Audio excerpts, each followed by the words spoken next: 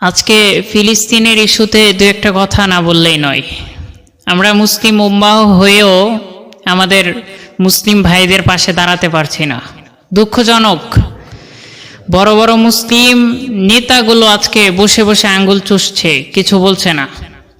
আল্লাহর কসম করে বলছি, আমাকে যদি ক্ষমতা দেওয়া হতো আর মক্কা এবং মদিনা যদি সৌদি আরব উপমহাদেশে না থাকতো, আমি আরব উপমহাদেশকে ধ্বংস করে ফেলতাম ইনশাল্লাহ।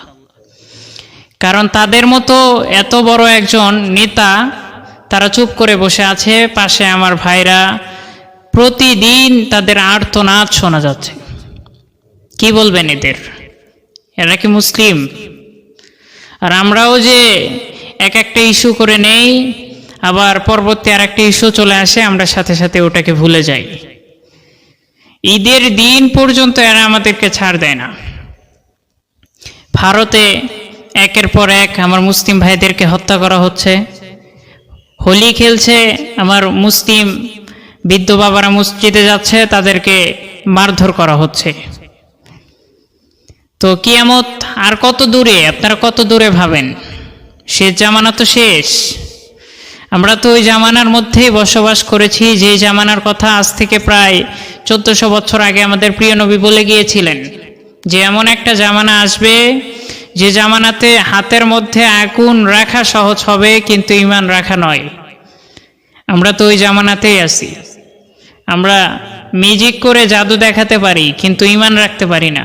কচুর পাতার মতো হয়ে গেছে আমাদের ঈমান। তো প্রিয় ভাইরা, এখন থেকেই প্রস্তুতি নেন। ইমামুল মাহদির সৈনিক হওয়ার জন্য এখন থেকেই প্রস্তুতি নেন। সামনে গাজওয়াতুল হিন্দ, আপনাদেরকে যুদ্ধ করতে হবে। তো ওই দলের অন্তর্ভুক্ত হওয়া যাবে না যে দল মুনাফিক। আপনি ওই দলের অন্তর্ভুক্ত হন যে দল আল্লাহর পথে গিয়ে জিহাদ করে শহীদ হবে। আল্লাহর নবী বলেন, ওই যুদ্ধে 3 ভাগে বিভক্ত হবে মানুষেরা। প্রথম ভাগ পলায়ন করবে, মুনাফিকের আচরণ করবে, তারা মৃত্যুর সাথে সাথে জাহান্নামে চলে যাবে। দ্বিতীয় 2 ভাগ থাকবে, তারা যুদ্ধ চালিয়ে যাবে।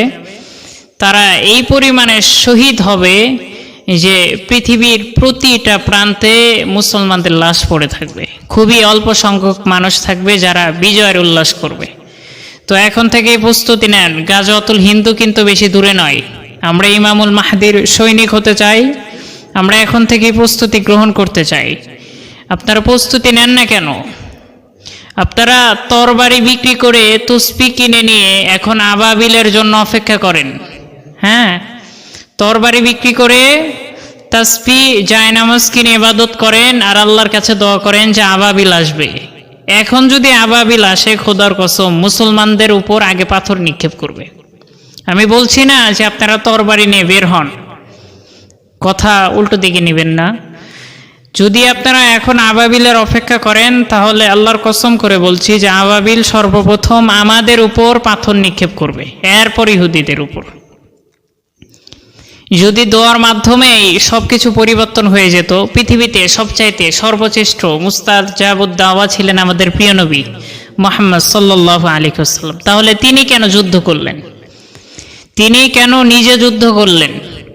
এর মানে শুধু দোয়ার মাধ্যমেই সবকিছু পরিবর্তন হয় না। আপনাকে আমাকে জেগে উঠতে হবে। আমরা তো মুসলিম উম্মাহ, আমাদের পূর্বপুরুষ তো আমাদের মতো ভীতু নয়। আমাদের পূর্বপুরুষ কি আমাদের মতো ভীতু ছিল? আপনি আপনার ইতিহাস পড়ে দেখেন না কেন? ওমরের মতো সাহাবা যখন কাফেরদের সম্মুখে দাঁড়িয়ে যেত, তারা ভয়ে থরথর করে কাঁপতে থাকতো। আমাদের পূর্বপুরুষ ছিল সিংহ পুরুষ।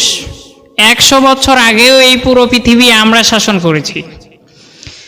আজকে আমরা নিজেদের ইতিহাস ভুলে গিয়েছি, যার কারণে আজকে আমাদের এত দুর্দশা। এই জন্য ঐক্য হতে হবে। সামান্য একটা ইস্যু নিয়ে আপনারা যদি নিজেদের মধ্যে দলাদলি করেন, তাহলে তো হবে না। আমার মুসলিম ভাইয়েরা প্রতিদিন নিহত হচ্ছে। সেহরির সময় গতকালকে দেখলাম তাদের উপর ড্রোন হামলা করে কত মানুষ যে নিহত করেছে আল্লাহ পাক ভালো জানে। যুদ্ধবিরতি দিয়েও তারা হত্যা চালিয়ে যাচ্ছে। তো এই জন্য বসে থাকার সময় নাই, আবাবিলের অপেক্ষা করার সময় নাই। এবার অপেক্ষার সময় হলো নিজে যুদ্ধের জন্য প্রস্তুতি নেওয়া। আল্লাহর কাছে আর কত দোয়া করবেন? মুসলিম নেতার কি অভাব? পৃথিবীতে বহু মুসলিম নেতা রয়েছে, বড় বড় নেতা রয়েছে, তারা আজকে চুপ কেন? ওই যে পশ্চিমাদের পা চাটে, এই জন্য আজকে তারা চুপ। এই জন্য সম্মানিত সুধী, আমরা তৈয়ার হই আল্লাহর জন্য। জীবন তো একটা, জীবন কয়টা? একটা জীবন আল্লাহর জন্য বিলায় দেব। মরতে তো হবেই, এমন মরা মরেন যে মরার পর আপনি যেন আল্লাহর সাথে সাক্ষাৎ করতে পারেন। এমন মৃত্যু আপনার যেন না হয় যে মৃত্যুর পর আপনার কবরে আযাব চলে আসে। আল্লাহ পাক আমাদের প্রত্যেকেই তৌফিক দান করুক।